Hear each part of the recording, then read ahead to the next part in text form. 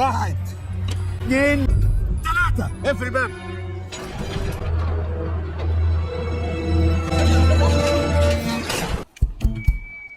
الإذاعة المدرسية. هيكون معانا دلوقتي الطالب عبد الحميد أحمد شعبان عشان يبدأ فقرات الإذاعة، فليتفضل.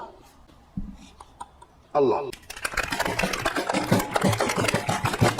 هو مولد؟ شو يا استاذ؟ الراجل ده خرج اجيال. الراجل ده ما كانش بينام الا لما يطمن على المدرسه. ودي هديه بسيطه. ايه ده؟